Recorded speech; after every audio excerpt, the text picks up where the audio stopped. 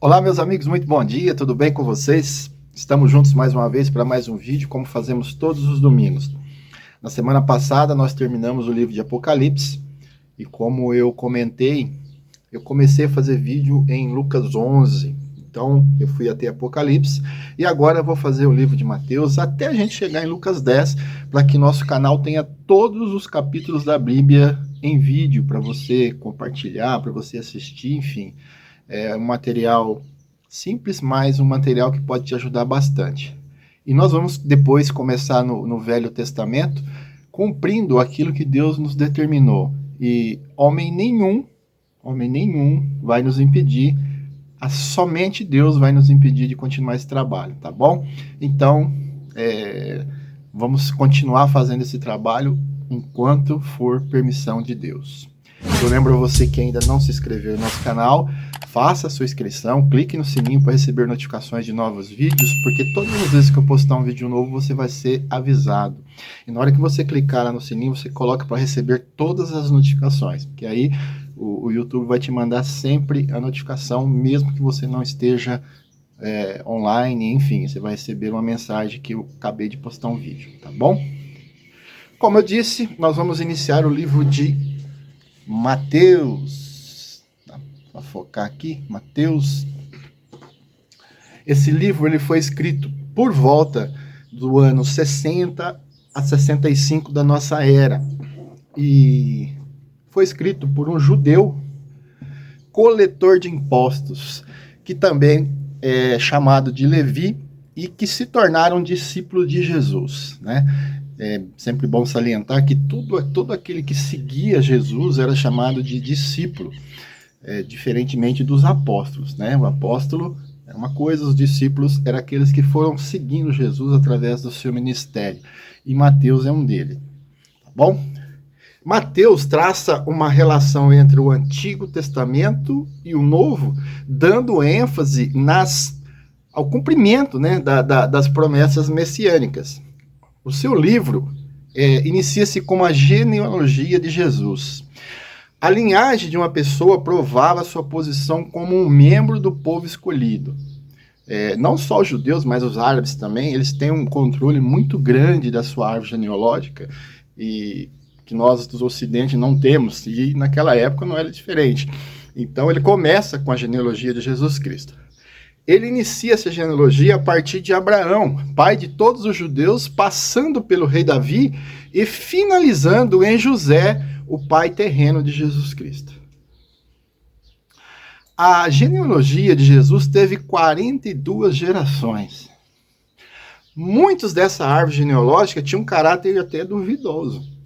Isso apenas reforça a condição humana que ele veio. Ele teve que enfrentar os conflitos familiares, tal como nós. Um outro ponto extremamente interessante é que nessa genealogia foram citadas 5 mulheres, um fato absolutamente incomum nesses relatos, porque a genealogia, se você pegar do mundo árabe, do mundo judeu, elas contêm só o nome dos homens, porque as mulheres vão para outra família, mas nessa de Jesus Cristo contém 5 mulheres. Vamos a elas? Primeiro, Tamar. Quem foi Tamar? Tamar, ela fingiu ser prostituta e concebeu gêmeos do próprio sogro. Segunda, Raabe, uma prostituta que foi poupada na destruição de Jericó. Terceira, Ruth, viúva moabita que se casou com Boaz. Quarta, Batseba.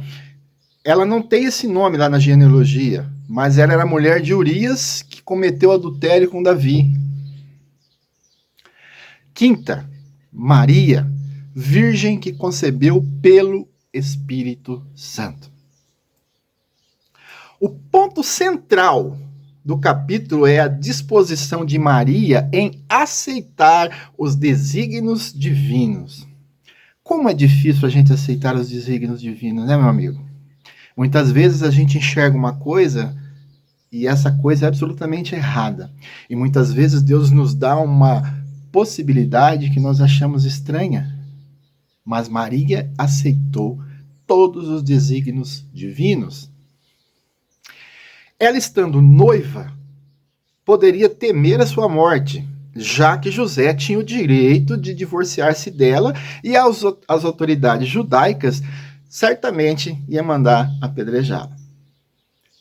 Tanto Maria como José foram instrumentos essenciais, porque Maria pura aceitou correr o risco de ser morta. José, sendo íntegro, de imediato teve compaixão de Maria, conforme está no versículo 19. E depois fora confortado por um anjo em um sonho, conforme está no versículo 20. O profeta Isaías prenunciou a vinda de um menino nascido de uma virgem que seria chamado Emanuel, um termo hebraico que significa Deus conosco. Veja só. Portanto, o mesmo Senhor vos dará um sinal. Eis que a virgem conceberá e dará à luz um filho e chamará o seu nome Emanuel. Isaías, capítulo 7, versículo 14.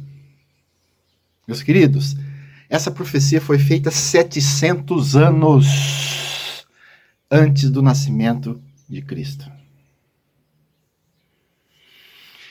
O nascimento virginal de Jesus era crucial para que o Redentor pudesse expiar os nossos pecados e assim nos salvar. Ele teria que ser numa só pessoa, tanto Deus como homem. Impecável. Veja só o que está escrito em Hebreus 7, 26.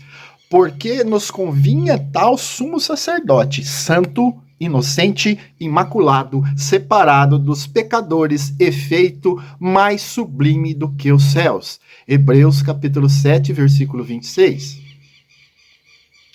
O nascimento virginal de Jesus satisfaz essas duas exigências.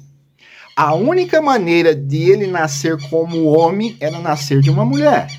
Mas a única maneira dele ser um homem impecável era ser concebido pelo Espírito Santo. Jesus Cristo nos é revelado com duas naturezas, divina e humana, mas impecável nas duas.